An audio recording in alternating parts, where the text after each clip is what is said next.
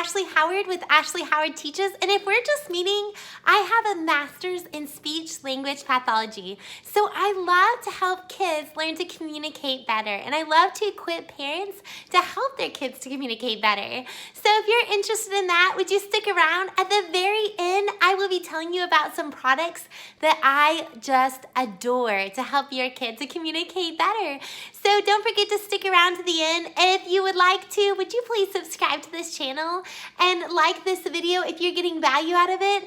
That would so help this channel. Thank you so much. So let's get started. First, to help your child communicate better, I want you to start by labeling everything. So when you walk outside, you're saying, plane, plane, and you're excited. Kids love, babies love to hear that parentese talk. What is parentese talk? That just means that you're singing in that kind of sing-songy mom voice. So the research has found that they pay much more attention to that voice than just a regular monotone voice, which is so great because as moms, we love to have that flowery sound to us.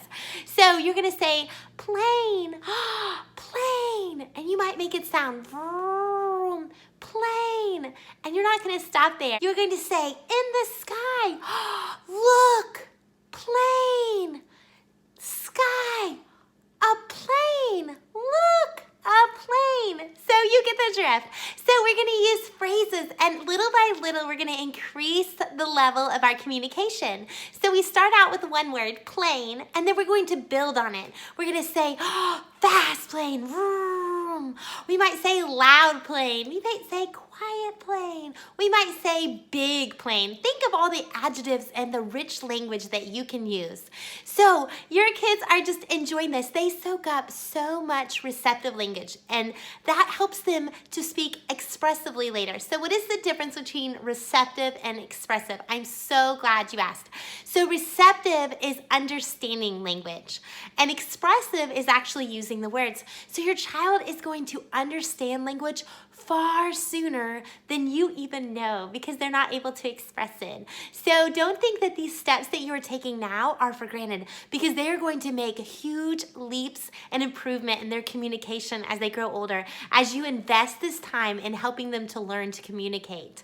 So label everything. You're in the house. I used to take my daughter on daily walks through the house. We'd point at people, we'd point at books, we'd point at everything, and you might just have a little bit of a time. Use that, whatever little tidbits of time. It doesn't have to be long spans of time. You can just use little bits of time and go around and talk about things, and then you move on to something else. So I love that idea of just communicating all the time.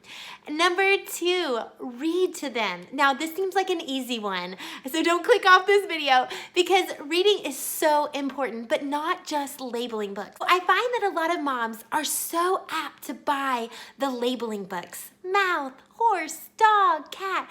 But as moms, sometimes we don't get the fiction books because we don't know that they will understand it or they won't want to stay focused on it. And while it's true, they don't always want to sit still because I've had many babies wiggly in my lap trying to get away while I was reading.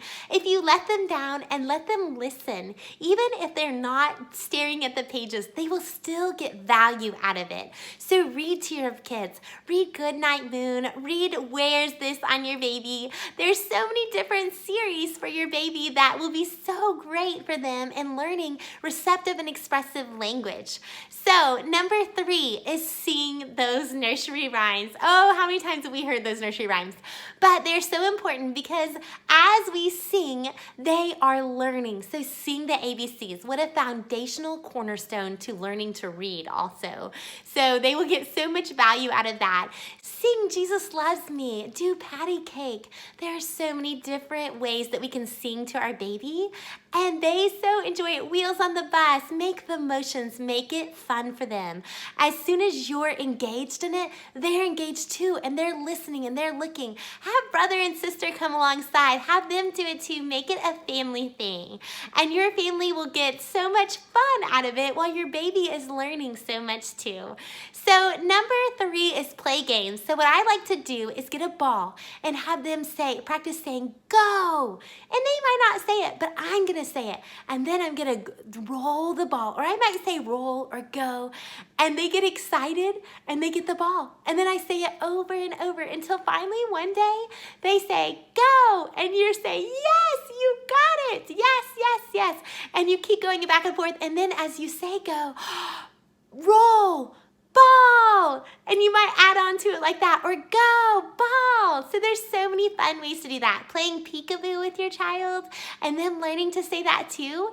Also, I love to do this. So a lot of people, whenever they have their babies, they ask them questions and then they don't wait for time for an answer. So research has shown that as you communicate with your baby, we need to give some time for them to communicate back. So what'll happen is somebody will say, are those your eyes? Eyes? And then they don't wait for their baby and they're like, and they move on.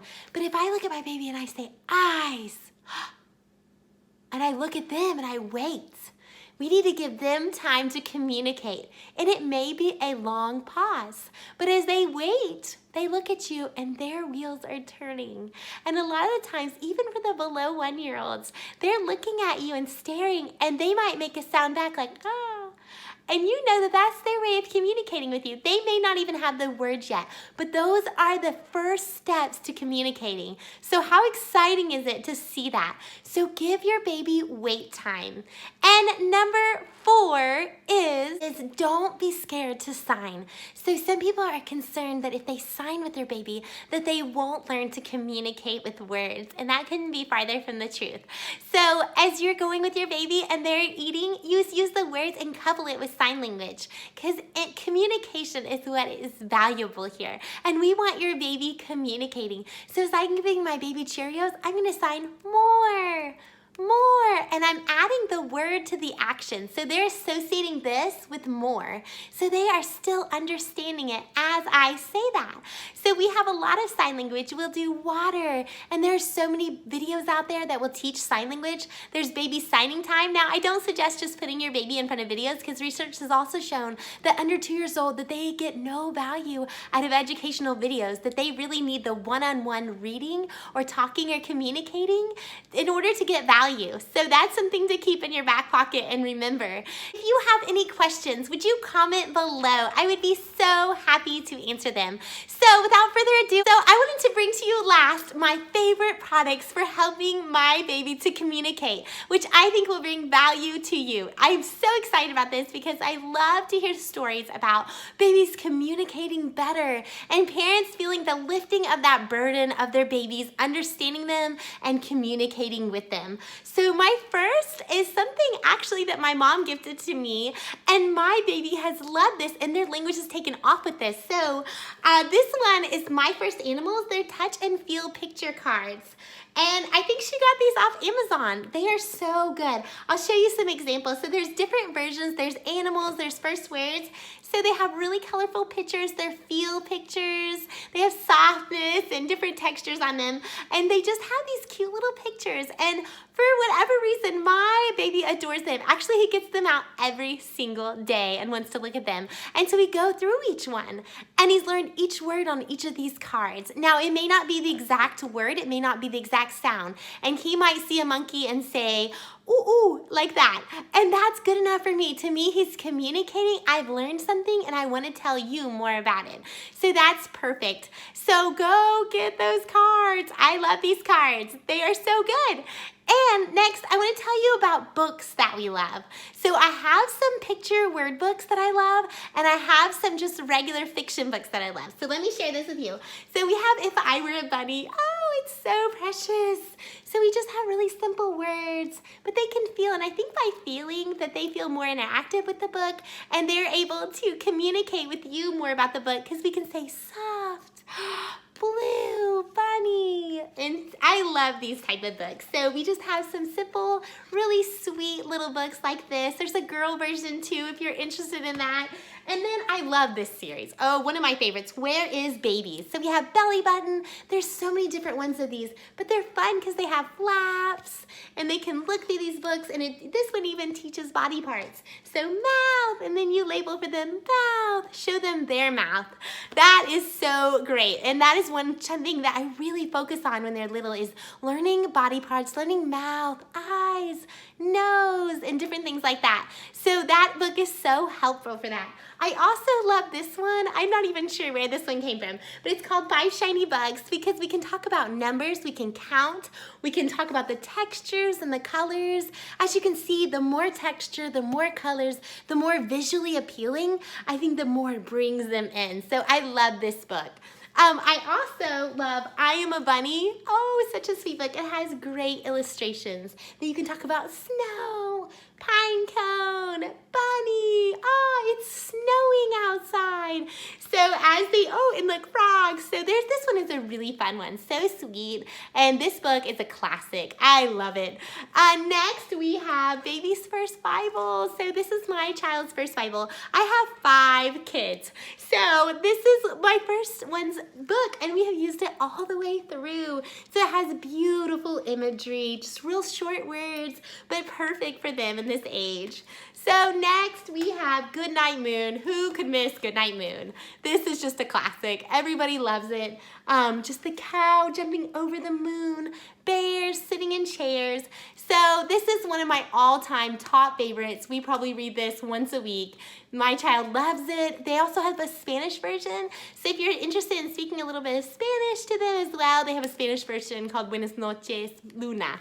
And so I love that one also. My last is my picture word book. This one has been so sweet. We got this one off Amazon, I believe. It just has really good graphics, really good pictures, really bright, colorful. Talks about, we have the last page, which is always a baby favorite, is the animals. Oh, how they love the animals. So if you got value out of this video, would you like and hit subscribe if you would like to see more videos about this? Also, I homeschool, so if you're interested in that at all, I have a bunch of videos on my channel about homeschooling. Thank you for coming to my channel. I hope you got value out of this. Please let me know if you have any questions, and I would love for you to come back again. I will see you later. Thanks for stopping by.